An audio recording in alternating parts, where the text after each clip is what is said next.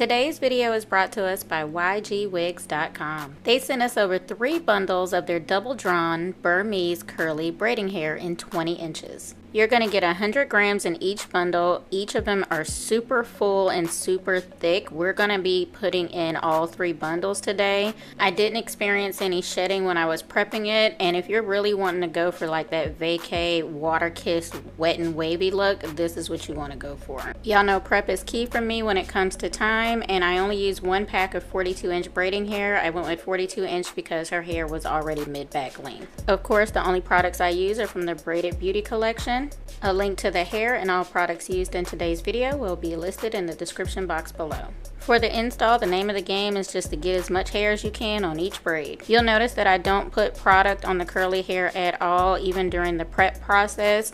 I find that whenever you're adding any product, especially anything that has wax or can cause buildup on the human hair, it's just a recipe for disaster. Once you get all of that product in the hair, the only way to get it out is to shampoo it out. So you'll notice that I'm only putting the product on my thumb and my index finger, and I'm using the rest of my fingers to pull the hair out of the way.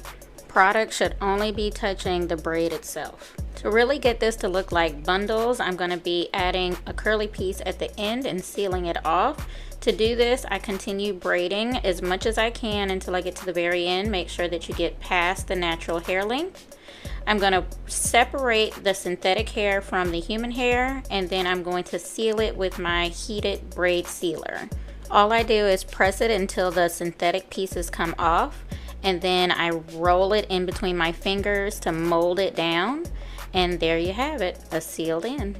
No glue and no tying. If you don't have one of these, a pencil flat iron that'll go up to 450 degrees will work for this. To also cut down on the time that the client is in the chair, I like to work as I go, row by row. So after I completed a row, I went over the braids a couple of passes with my handheld travel steamer. Whenever you're using synthetic braiding hair, it helps to add a little heat to loosen the braids up and give them that flow.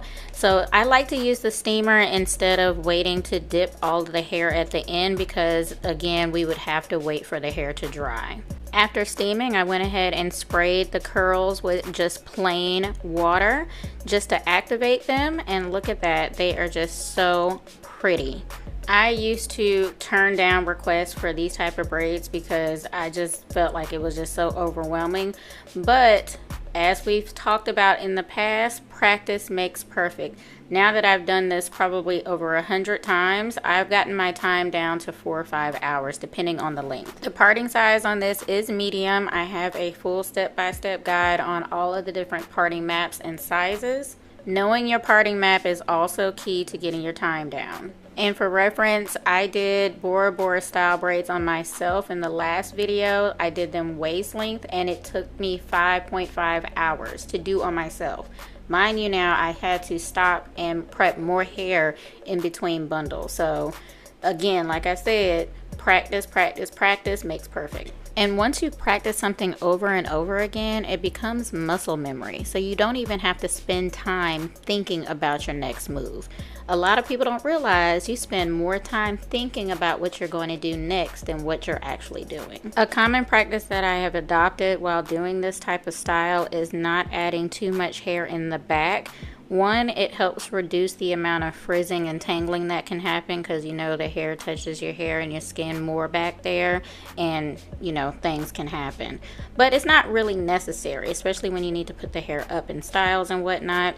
Although we have a full 3 bundles to work with here, it's still best practice in my opinion to not add too much hair, especially at the root in the back. So I don't even start adding the hair to the root until I get to the top 3 rows of the head, which you'll see a little bit later on. It's also a good rule of thumb if you are running short on hair, so you don't want to use too much hair in the back and then not have enough for the front. I'm not sure why this hair is curlier than most, but for some reason I didn't have any issues with it tangling.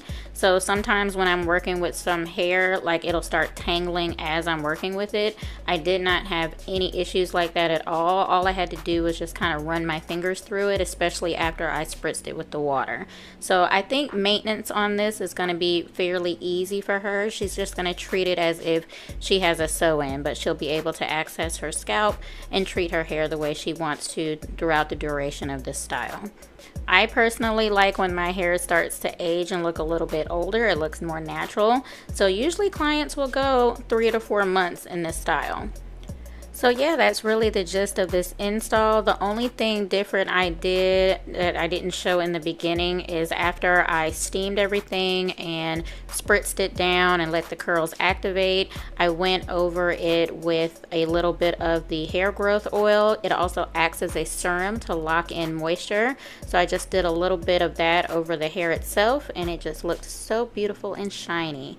So yeah, that's really the gist of this video. I'm going to let the rest of this video tutorial play out for you guys who are following along. Special thanks to our sponsors over at YGwigs. Everything you need about this hair will be listed in the description box below.